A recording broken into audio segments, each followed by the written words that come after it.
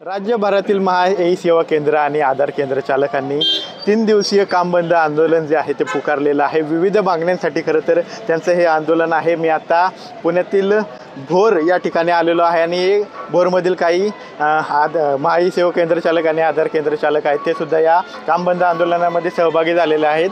जे शासनाकडून त्यांना कमिशन येतं ते तुटपुंज आहे आणि गेल्या 3 महिन्यापासून हे कमिशन सुद्धा त्यांना मिळालेलं नाहीये आणि त्याच अनुषंगाने अनेक विविध मागण्या त्यांच्या आहेत। त्या अनुषंगाने त्यांनी 12 नोव्हेंबर ते 14 नोव्हेंबर या दरम्यान काम बंद आंदोलन पुकारलेलं आहे। काही संस्था केंद्र चालक आहेत त्यांच्याशी बोलणार आहोत। काय नक्की प्रमुख मागण्या कशासाठी हे काम बंद आंदोलन? आमच्या सर्व भोर तालुक्याच्या वतीने आम्ही संप पुकारला आहे। तसाच हा संप पूर्ण राज्यव्यापी संप आहे।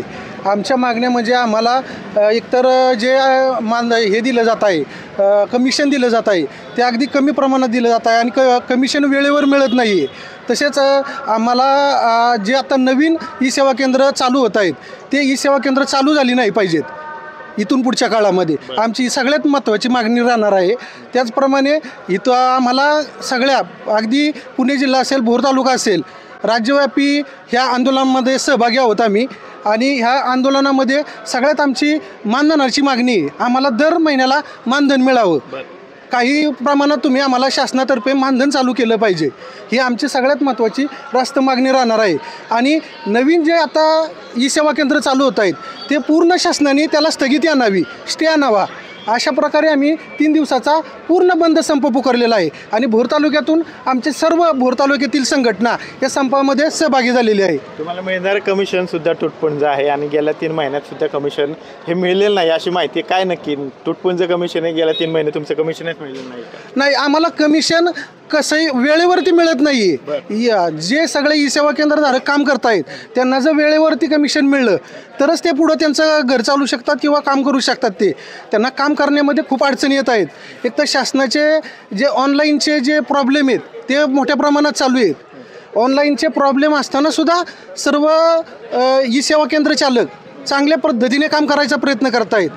दिवसभर पूर्ण सर्व्हर जातं तरीसुद्धा ई सेवा केंद्र चालक संध्याकाळचा वेळ काढून आपले पूर्ण वेळ काढून काम करत असतात। आणि असं काम करत असताना जर अशा पद्धतीने शासनाकडून जर अन्याय होत असेल तर अशा पद्धतीने वेळोवेळी संप पुकारला जाईल।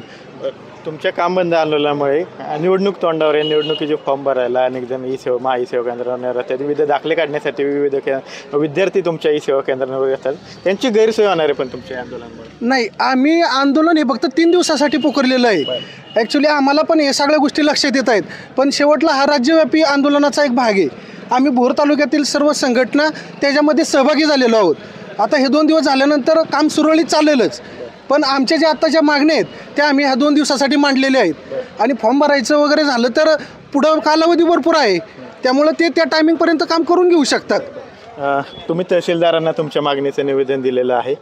जर आत्ता तुमच्या काम बंद आंदोलनानंतर सुद्धा मागण्या जर पूर्ण नाही झाल्या तर पुढचं आंदोलन कसं असणार आहे, पुढची भूमिका काय असणार आहे? नक्कीच आम्ही जे आंदोलन तालुका संघटनेने पुकारलेलं आहे ते पूर्ण राज्य संघटनेच्या मार्गदर्शनाखाली पुकारलेलं आहे।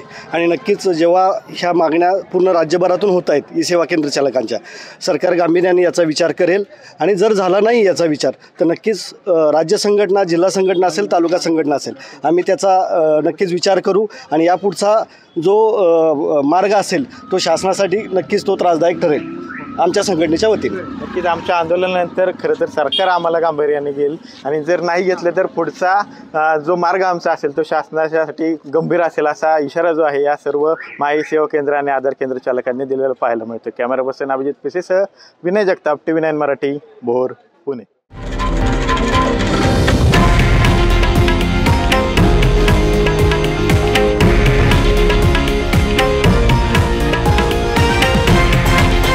हे आहे देशातील नंबर 1 न्यूज नेटवर्क आणि आपण पाहत आहात TV9 मराठी, एकमेव।